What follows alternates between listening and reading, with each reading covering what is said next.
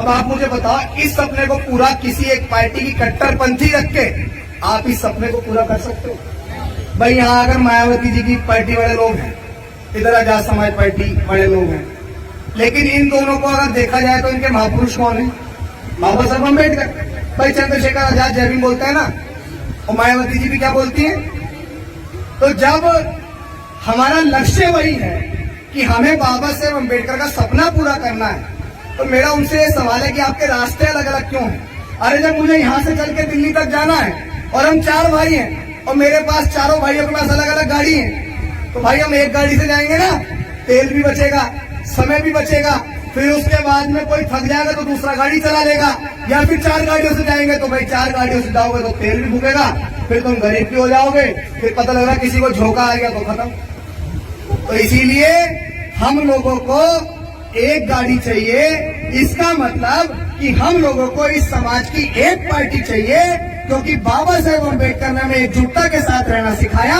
और आप लोग बताओ कि अपने इस बच्चे का आप लोग साथ दोगे या नहीं दोगे? तो मेरी माताओं बहनों, मैं जब भी आप लोगों को दिल्ली बुलाऊं, अपने बेटों से कहते रहना, अपने बेटों से ये कहते रहना कि दिखाओ अभिषेक भाई कहाँ है।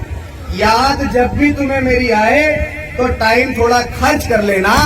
तुम्हें YouTube पर मिलूंगा मैं, तुम गूगल पे सर्च कर लेना। जो समाज इस देश के अंदर बहुत बड़ी आबादी रखता है, मेरी मातृशक्ति यहाँ बहुत बड़ी संख्या में बैठी हुई है, और मैं ये मानता हूँ कि मुझे अपनी माँ से मिले हुए बहुत लंबा समय हो चुका है, लेकिन जब प्रोग्रामों में इस तरह माएँ बहनें मुझे आती हैं तो मैं आपको विश्वास के साथ बताता हूँ कि मेरी घर की माँ की मुझे याद नहीं आती है, क्योंकि इतनी सारी माएँ मुझको आशीर्वाद देने के लिए पहुंचती रहती है जहां भी मैं जाता हूँ। तो आप सबसे मैं यही कहूंगा कि आपका भाई एक ऐसे मिशन, एक ऐसे मूवमेंट को लेके निकला है।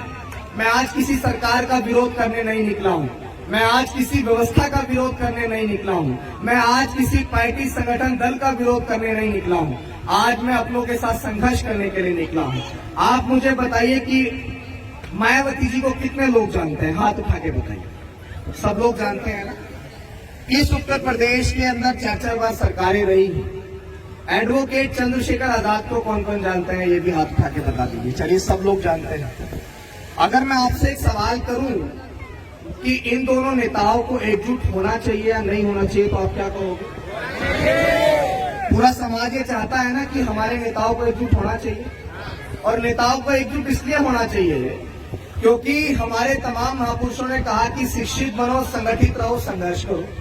तो शिक्षित तो हम बने भैया, समाज के लोग IAS भी हैं, IPS भी हैं, PCS भी हैं, जज भी हैं, डॉक्टर भी हैं, बैरिस्टर भी हैं, कलेक्टर भी हैं, इंजीनियर भी हैं, टीचर भी हैं, बड़ी बड़ी पदवी पे बैठे हुए हैं।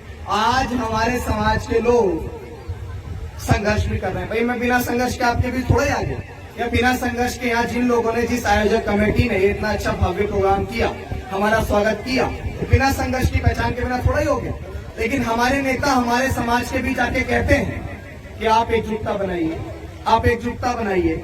अरे भाई, ये समाज आपसे सवाल कर रहा है कि आप कब एकजुटता बनाओगे। ये समाज अब नेताओं से सवाल कर रहा है कि आप कब एकजुटता बनाओगे। आप मुझे बताओ, आप चाहते हो नहीं चाहते कि आपके एरिया से आपका विधायक बने, आपके एरिया से आपका सांसद बने, इस उत्तर प्रदेश के अंदर योगी आदित्यनाथ को हटा के आपके समाज का मुख्यमंत्री बने? आप चाहते हो ना चाहते हो? बताओ। मैं सब चाहते हैं कि हमारा सांसद बने, विधायक बने, मुख्यमंत्री बने, प्रधानमंत्री बने, लेकिन वो कैसे बनेगा? वो जब बनेगा जब हमारे नेता एकजुट हो जाएंगे। तो इसीलिए हम लोग सड़क पे निकले हैं कि हम आप सबके बीच विचार लेके आए, और आप सबने इस विचार को समर्थन तो कर ही दिया ना हाथ उठा के कि हाँ, नेताओं को एकजुट होना चाहिए। तो अब एक बात का और समर्थन कर दो कि जब मैं दिल्ली के जंतर मंतर या कहीं भी दिल्ली में एक बड़ा आंदोलन करूंगा, अपने नेताओं को घेरते हुए और उनसे सवाल करते हुए कि जिस सदी में डॉक्टर बाबा साहेब अम्बेडकर और मान्यवर कांशीराम साहब ने, बाबा साहेब अम्बेडकर ने अपनी 4 बच्चे कुर्बान करे थे ना, किस किस को पता है? बताओ। 4 बच्चे कुर्बान करे थे ना। अगर आज आपके एक बच्चे के पेट में दर्द भी हो जाता है तो आप बेहतर से बेहतर डॉक्टर को ढूंढते हो नहीं ढूंढते हो? अगर आपके बच्चे को कोई तकलीफ हो जाए तो आप अपनी कितनी भी जमीन हो, उस जमीन को बेचने का काम कर दोगे नहीं कर दोगे कि भाई हमारा बच्चा बचना चाहिए।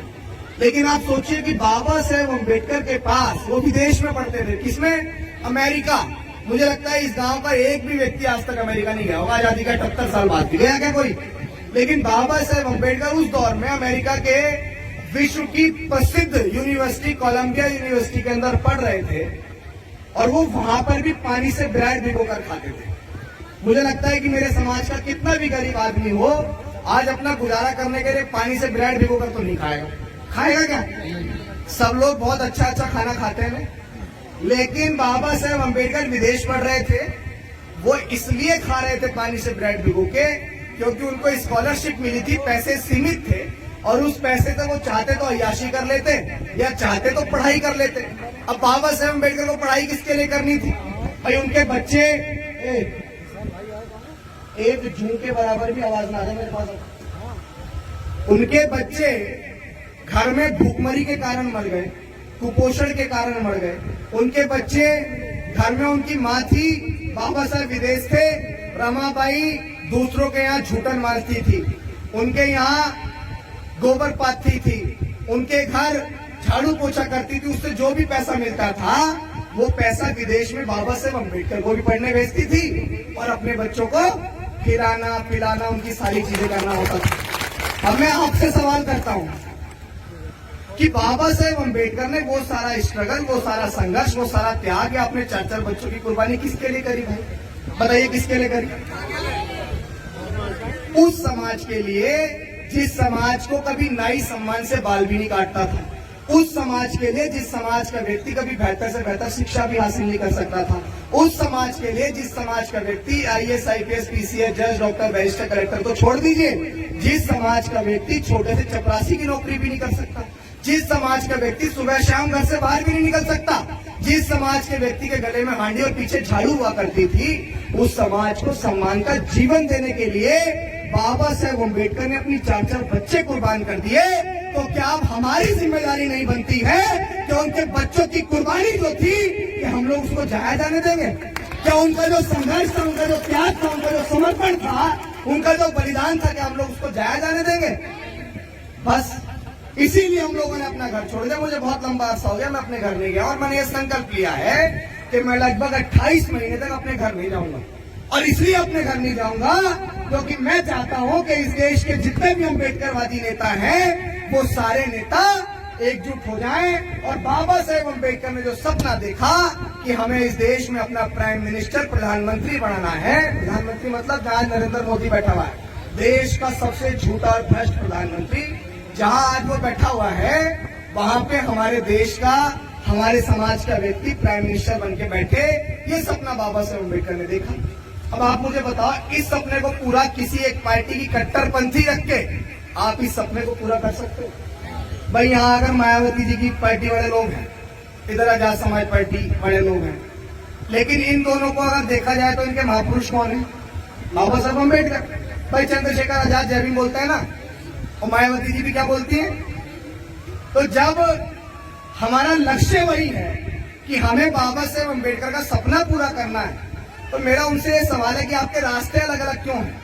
अरे जब मुझे यहाँ से चल के दिल्ली तक जाना है और हम 4 भाई हैं और मेरे पास चारों भाइयों के पास अलग अलग गाड़ी है, तो भाई हम एक गाड़ी से जाएंगे ना, तेल भी बचेगा, समय भी बचेगा, फिर उसके बाद में कोई थक जाएगा तो दूसरा गाड़ी चला लेगा, या फिर 4 गाड़ियों से जाएंगे तो भाई 4 गाड़ियों से जाओगे तो तेल भी भूगेगा, फिर तुम गरीब भी हो जाओगे, फिर पता लग रहा किसी को झोंका आ गया तो खत्म।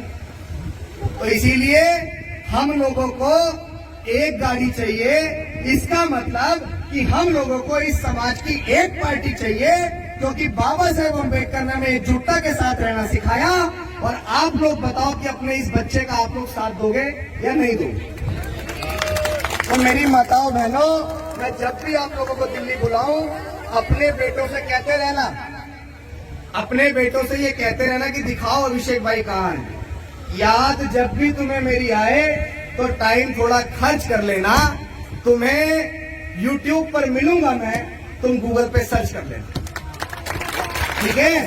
तो मैं जहां भी जाऊंगा, मेरी आईडी है, मेरा YouTube अकाउंट है, मेरे सारे वहां पे लोग देखते हैं। तो आप लोगों से निवेदन है कि जबरदस्ती अपने बच्चों को, बाबा साहेब अम्बेडकर की पत्नी ने जो त्याग किया था, वो त्याग इसलिए किया था कि आप जैसी माओ बहनों के सर पे जो पल्लू है वो सम्मान के साथ रहे। मां सावित्रीबाई फुले ने जो त्याग किया था वो इसलिए किया था कि हमारे समाज की महिला भी पढ़ लिख कर बड़ी पदवी पे पहुंच पाए। तो आज आप महिलाओं का ये वो होना चाहिए कि आप सबके अंदर वो ज्वाला होनी चाहिए कि जो मेरा बच्चा अभिषेक या मेरा भाई अभिषेक जो हमसे कह के गया था, उसकी बात को मानते हुए हम लोग अपने भाई को लेके, अपने पति को लेके, अपने चाचा को लेके दिल्ली पहुंचेंगे। पहुंचोगे कि नहीं पहुंचोगे बताओ? पहुंचोगे ना? अब दिल्ली में कोई शादी हो तो आप सब चले जाओगे, लेकिन मैं बुला रहा हूं क्योंकि मैंने अपना घर छोड़ा। आप ये कल्पना करके देखो कि अगर आपका बच्चा 10 दिन के लिए घर को छोड़ के निकल जाए तो ईमानदारी से बताना कैसा लगेगा? 11वें दिन कैसा लगेगा? लेकिन आप सोचिए, मेरी भी तो माँ है। मुझे आज, मैं पिछली बार निकला था, बहुत सारे लोग गवाह हैं इस बात के, मैं 4.5 महीने के लिए पिछली बार निकला, फिर दोबारा 7 महीने घर रहा, फिर दोबारा निकल गया और इस बार 28-29 महीने का संकल्प ले लिया। अगर मेरे दिमाग की बुद्धि फिर गई तो हो सकता है 2029 तक घर ही ना जाऊं, कि जब तक प्रधानमंत्री नहीं बन जाएगा तब तक घर ही नहीं जाऊंगा। तो आप सबसे ये निवेदन है कि आप सब अपने इस भाई की हिम्मत और इसके हौसले को बढ़ाने का काम करिएगा। और आपसे आखिरी में जितने भी मेरे साथी हैं उनको एक नज्म के साथ अपनी बात कहूंगा, अपने महापुरुषों के आंदोलन को आपसे बताऊंगा और बड़े ध्यान से सुनना। पानी वाणी को पूछ लो यार।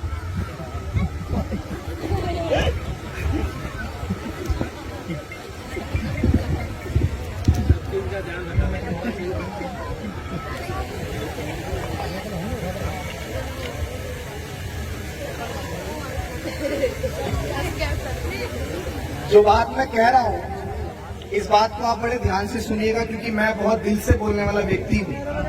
मैं बहुत ईमानदार कार्यकर्ता हूं। मैं आपके बीच अभी तक मैंने ये कहा कि मेरे पास वोट डालना, कहा तो नहीं मैंने। अभी तक मैंने ये कहा कि आप इस संगठन से जुड़ो, कहा तो नहीं मैंने। तो मेरा व्यक्तिगत कोई लालच किसी को कुछ नजर आ रहा है?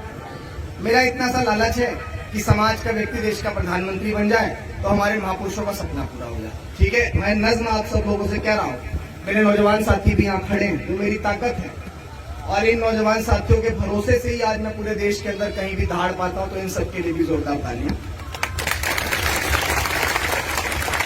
साथ निभाओ सारे भाई, मिलकर मिशन बढ़ाएंगे, मिलकर मिशन बढ़ाएंगे। बिखरे हुए नेताओं को हम एक मंच पर लाएंगे, एक मंच पर लाएंगे। साथ दोगे नहीं दोगे बताओ? हाथ उठा के बताओ। साथ निभाओ सारे भाई, मिलकर मिशन बढ़ाएंगे, मिलकर मिशन बढ़ाएंगे। बिखरे हुए नेताओं को हम एक मंच पर लाएंगे, एक मंच पर लाएंगे। पहली लाइन पे आप सुनना कि हमारे महापुरुषों ने हमसे क्या कहा और जिस समाज के अंदर राजनीतिक चेतना जगाने वाले मान्यवर कांशीराम साहब ने क्या कहा। कांशीराम जी ने कह डाला संसद पे चढ़ाई करनी है, कांशीराम जी ने कह डाला संसद पे चढ़ाई करनी है। जो सरकार निकम्मी है हमें वो सरकार बदलनी है। कांशीराम जी ने कह डाला संसद पे चढ़ाई करनी है। जो सरकार निकम्मी है हमें वो सरकार बदलनी है। पूरे विश्व में भारत की एक अलग पहचान बनाएंगे, अलग पहचान बनाएंगे। बिखरे हुए नेताओं को हम एक मंच पे लाएंगे, एक मंच पर लाएंगे। आपको मैं बताऊं कि इस देश का लगभग 85% तबका शोषित था और उसकी संख्या इस देश में 85% थी। तो आप मुझे बताओ कि जिसकी जितनी संख्या भारी होती है उसको उतना हिस्सा मिलना चाहिए या नहीं मिलना चाहिए? इस देश में 15% वो लोग जिनको आप जनरल कहते हैं, उन लोगों को 10% रिजर्वेशन मिला हुआ है। कितना मिला हुआ है? 15% लोगों के हिस्से में 10% रिजर्वेशन। और हमारे हिस्से में कितना प्रिंस भाई बताओ? हमारे हिस्से में क्या है, 22% संख्या तो 15% नहीं मिल रहा। 22% हमारी संख्या और हमको रिजर्वेशन कितना मिल रहा है? और तब भी हमें कहते हैं हम आरक्षण वाले हरामखोरो, आरक्षण वाले तुम हो या हम हैं? हमें तो कम मिल रहा है, ज्यादा किसे मिल रहा है? और सबसे बड़ी बात ये कि आरक्षण भीख में नहीं मिला। आरक्षण डॉक्टर बाबा साहेब अम्बेडकर ने गांधी की जान बचाने के बदले लिया था। किसकी जान? गांधी की जान बचाने के बदले। पूना पैक्ट का समझौता था। बाबा साहेब अम्बेडकर विदेश से हमारे लिए 2 वोट का अधिकार लेके आए थे। हमारे देश के राष्ट्रपिता जो कागजों में हैं, वो राष्ट्रपिता जी उस पे बैठ गए थे अनशन पे, आमरण अनशन पे, जी मैं मर जाऊंगा जी 2 वोट का अधिकार लोगे। तब वहां पे समझौता हुआ था, तब हमें आरक्षण मिला था। तो भीख नहीं आरक्षण, इस बात को हमेशा याद रखना। 100 में 90 शोषित हैं और शोषित ने ललकारा है। 100 में 90 शोषित हैं और शोषित ने ललकारा है। धन धरती और राजपाट पे 90 भाग हमारा है। इस भारत को जिसने लूटा उसको सबक सिखाएंगे। साथ निभाओ सारे भाई, मिलकर मिशन बढ़ाएंगे। हमारा सपना क्या है? हमारे महापुरुषों का सपना क्या था? ये भारत कभी सोने की चिड़िया भारत कहलाता था, लेकिन चंद चालाक लोगों ने बाहर से आकर हमारे लोगों को गुलाम बनाया, फिर हमारे हाथ से हथियार छीन लिए, हमें कभी लड़ने का अधिकार ही नहीं दिया, इसलिए भारत गुलाम हो गया। वरना अगर हमारे हाथ में हथियार होते तो ना अंग्रेजों की हैसियत थी, ना मुगलों की हैसियत थी कि वो इस देश में राज कर लेते। लेकिन हमारे हाथ में तो हरामखोरों ने हथियार ही नहीं दिए। इसीलिए मैं ये बात कह रहा हूं, सोने की चिड़िया का भारत हमको फिर से बनाना है। बनाएंगे नहीं बनाएंगे? सोने की चिड़िया का भारत हमको फिर से बनाना है। दिल्ली की गद्दी का तख्तो ताज हमें हथियाना है। सपना हमारा लाल किले से, सपना हमारा लाल किले से हम झंडा फहराएंगे। साथ निभाओ सारे भाई, मिलकर मिशन बढ़ाएंगे। पहले इस मिशन से मोड़ दिए जाओगे, फिर किसी न किसी जुल्म से जोड़ दिए जाओगे। अरे साथियों, वक्त है हाथ से हाथ की जंजीर बनाते चलो, वरना किसी रेशम के धागे की तरह तोड़ दिए जाओगे। आपके पास समय है, एकजुटता बना लीजिए। ज्यादा बात न कहते हुए यही कहूंगा कि हम अपने घर को छोड़ के निकले हैं, तो आप सबको ये दर्द समझना भी चाहिए। और आप सब अब ये बताइए आखिर में कि आप बहुजन नेताओं को साथ लाने वाली इस मुहिम में हमारे साथ हैं या नहीं? हमारे नेता साथ आने चाहिए। भाई मैंने अपना घर छोड़ा तो कुछ सोच के छोड़ा होगा, मैं कोई समर्थ परिवार से नहीं हूँ, आप सबके भरोसे से चल रहा हूँ। जो प्रिंस भाई ने कहा, हमारा एक नारा है और मैं उस नारे को यहाँ भी कहूंगा, और मैं यही कहूंगा कि आपने अगर मेरा साथ दिया तो मैं आपको यकीनन इस बात को कह रहा हूं कि 2029 में हम आपको देश में पहला दलित प्राइम मिनिस्टर बना के देंगे, अगर आप लोगों ने हमारा साथ दिया। क्योंकि मेरे हौसले बहुत बुलंद हैं, मेरे हौसले इतने बुलंद हैं कि अभी मैं बहुत धीरे धीरे से मैं पूरे देश की यात्रा करने निकला हूं। 28 राज्य हैं देश में, 28 राज्यों के अंदर मुझे जाना है। इसके बाद दिल्ली में हम लोग यात्रा करेंगे। तो अगर नेताओं को समझ आ गए तो ठीक है, वरना आंदोलन करने की तो हमें आदत है।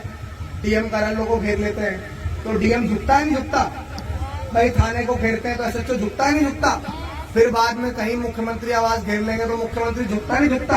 और हम तो वो लोग हैं जिन्होंने कई बार सरकारें झुकाई है। जब हमारे अधिकारों में बात आई है तो ये तो अपने, ये नहीं झुकने के, बताओ, ये तो अपने हैं। तो अपनों के विरुद्ध संघर्ष इसलिए हो रहा है कि यही जाके लोकसभाओं के अंदर जाएं, विधानसभाओं के अंदर जाएं और हम लोग अपने घर पे आराम से बैठ के काम करें। आखिरी में, अगर आप सबको लगता है कि हमारा आंदोलन सच्चा है, क्योंकि हम लोग अपने घर को छोड़ के निकल ही गए हैं और जो साथी साथ में घूमे उनको भी पता है कि कोई नेता का सपोर्ट नहीं, कोई अभिनेता का सपोर्ट नहीं, आप सबके भरोसे से चल रहे हैं, तो मेरी माओ बहनों, आप सबसे ये भी कहूंगा कि 10, 20, 50, 100 का जो भी आप मुझे सहयोग कर सके तो आप सहयोग जरूर करिएगा आशीर्वाद के तौर पे। अगर आपको भरोसा हो कि आपका भाई सही उस मिशन के लिए निकला है, मैं निकला इसलिए हूं कि आज भी हमारी माओ बहनों के बलात्कार होते हैं, आरोपी के पक्ष में पंचायतें होती हैं, आज भी हमें जाति के नाम पे मूछे रखने पे मार दिया जाता है, आज भी 9 साल के मासूम इंद्र मेघवाल को पानी का मटका छूने के लिए मार दिया जाता है।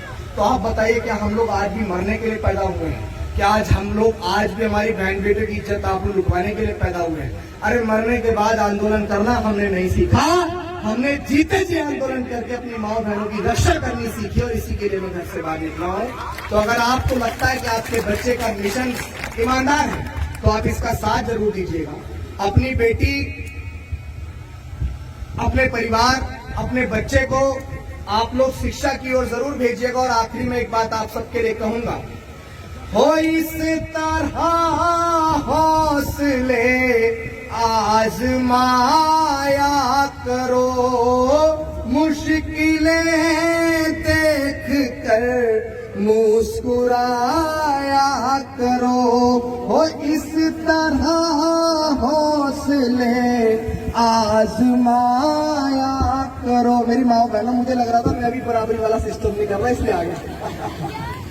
हो इस तरह हौसले आजमाया करो, मुश्किलें देख कर मुस्कुराया करो, दोने वाले भले कम ही खाया करो, अपने बच्चों को लेकिन पढ़ाया करो, अपने बच्चों को लेकिन पढ़ाया करो।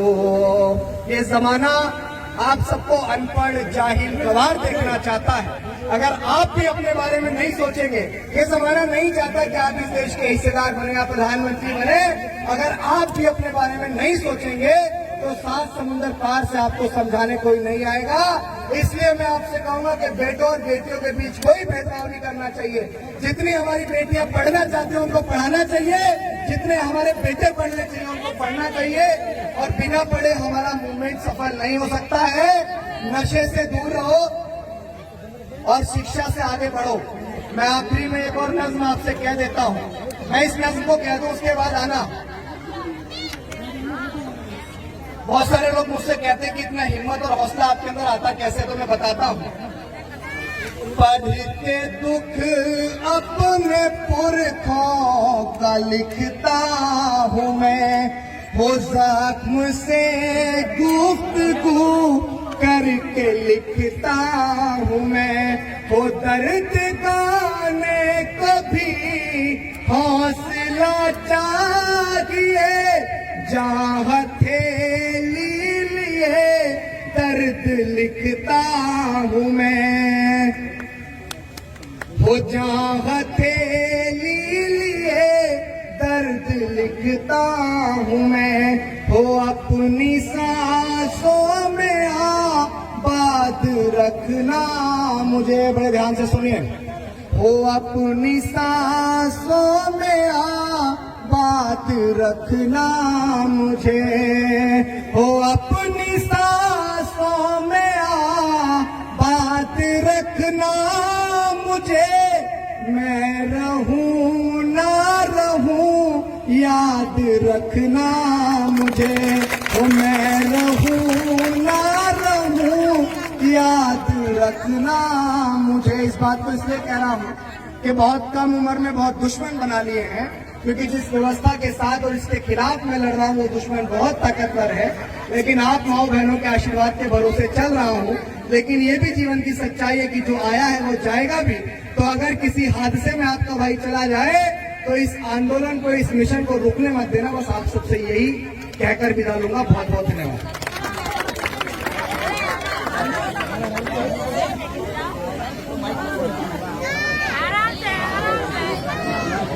इनको दे दो, इनको। ऐसे ही तमाम खबर देखने के लिए हमारे YouTube चैनल को अभी सब्सक्राइब करें और नोटिफिकेशन बेल आइकन प्रेस करें ताकि हर खबर आपके तक पहुंचे। जय भीम, नमो बुद्धाय।